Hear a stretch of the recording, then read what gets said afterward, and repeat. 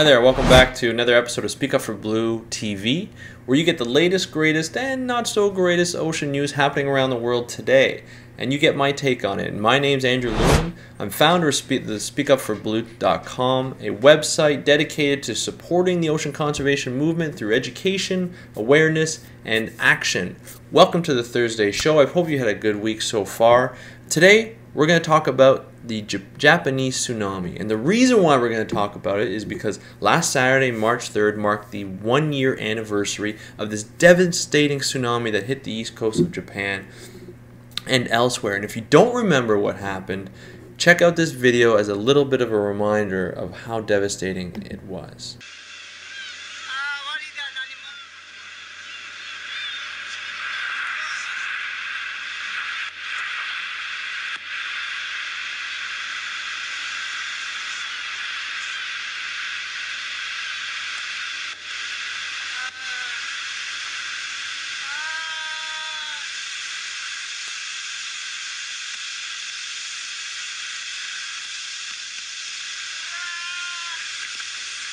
So of course the earthquake was so great. I mean, it caused this huge tsunami to smack into Japan, just catching people off guard, killing thousands of people, and displacing another, couple 100,000 people from their homes, destroying homes.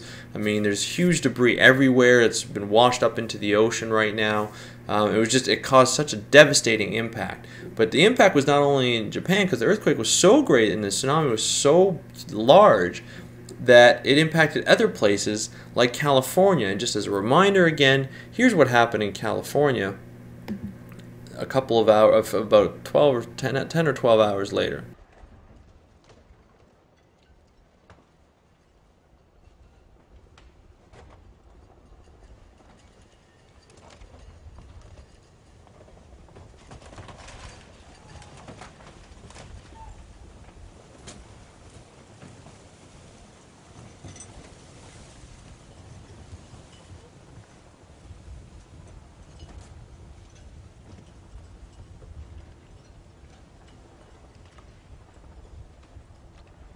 As you can see, the damage didn't seem as bad as it did in Japan, but the damage hit 3 counties in California, or the tsunami hit 3 counties in California: Santa Cruz, I believe Monterey, and I don't remember what the last one was.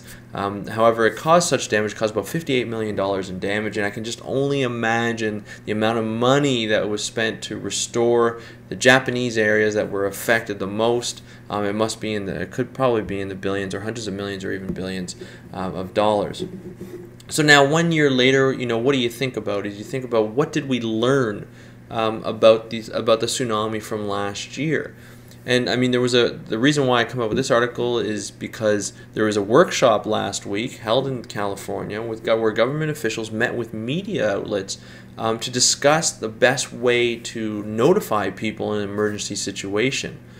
So the workshop had a bit of an education component where they educated the attendees to describe what the last tsunami did, and one of those topics was the wave dynamic. So they were saying that one of the waves of the tsunami was about 1 foot tall wave, but it was moving at about 400 miles per hour. I mean, that's so fast. Can you imagine smacking into that? It would just destroy you. But it moved about 400 miles per hour across the Pacific Ocean, and when it got close to California, got close to shore, it started to slow down to about 30 or 40 miles per hour. But as it slowed down and got closer, the wave got bigger and bigger and bigger and bigger, and eventually slammed in and caused so much damage in the 3 counties in California.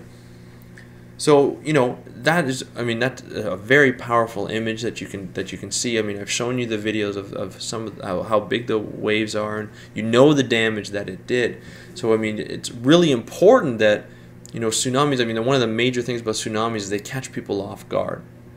There's early warning systems in place to make sure people are warned properly, but really when it comes down to it, the government and the emergency response teams need to work closely with media outlets. And so discussed at the workshop was getting the word out through TV, through radio, and even social media, especially now with the power of social media lately, where information can be passed on in a matter of seconds, like it has been in the past for environmental events like the latest tsunami, like the Gulf of Mexico oil spill, and things like that. Now, social media, the problem with social media is, yes, it spreads quickly, but it could be built upon rumors, and some of the rumors may be true, some of the rumors may not be. Some people can get on and say there's no tsunami coming. Some people say there will be. So it really depends. The information isn't ground truth. It may not be accurate, so it could be a big problem for certain people. Now, there's also the problem of getting the word out. Identifying the workshop was getting the problem out, in the word out of the problem in different languages. So especially in Spanish, where California has such a large Hispanic community, that where some people only speak Spanish. They don't speak English. So that was one of the topics they discussed on trying to get it out in both English and Spanish, the two major languages of that area. Now, of course, another issue that they had to deal with were budget cuts, and that's a hot topic because there is a proposed cut of $1 million to the Tsunami Early Warning Program, which really right now operates apparently at about 80% capacity. Now, and what I talk about is essentially this early warning system is a series of scattered buoys across the Pacific Ocean that are designed to detect major differences in wave height and speed, and it sends a signal back to the headquarters where people are warned, like people in Hawaii are warned, people in the American islands, Pacific Islands are warned, and people on the west coast of North America are warned. Alaska, Canada has its own system that's integrated with the U.S., and of course California, Washington, and Oregon. And they all have these early warning systems to help people prepare for the tsunamis and evacuate to higher ground. But like I said before, the system right now on the budget that they have operates about 80% because it's difficult to keep these buoys that are scattered all over the place sort of in maintaining and working condition at all times. So sometimes some buoys are down, some buoys are up. With this $1 million cut, it's estimated that the system will be at about 72% capacity, sort of weakening that link and that early detection system even more. So a cut of $1 million is devastating. It could be devastating to millions of people if they don't get warned of a specific tsunami that's coming, or some kind of disaster. So to me it seems like a system like that shouldn't be cut in that way. Yes, it's only $1 million. It's not that much, but if you look at the benefit that it provides, the security that it provides the people in the States, especially on that coast, and the damage that it could prevent, or that people could prepare for, it seems to be a better consequence, of spending that money. I would like to see that more. But on the other hand, I'm sure people are thinking, what are the chances of happening again? Or when is it going to happen again? It may not happen for 10, it may not happen for 50, it may not happen for 100 years. It may happen tomorrow. We don't know. I mean, that's the chance that people, I guess, are willing to take maybe. I'm not sure exactly what's going through their minds.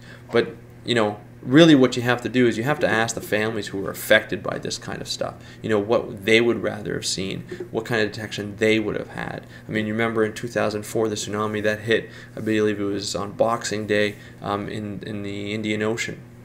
Devastated hundreds of thousands of lives, killed hundreds of thousands, and displaced everybody. People are still trying to find their family members, and that happened in 2004, 7 to 8 years ago.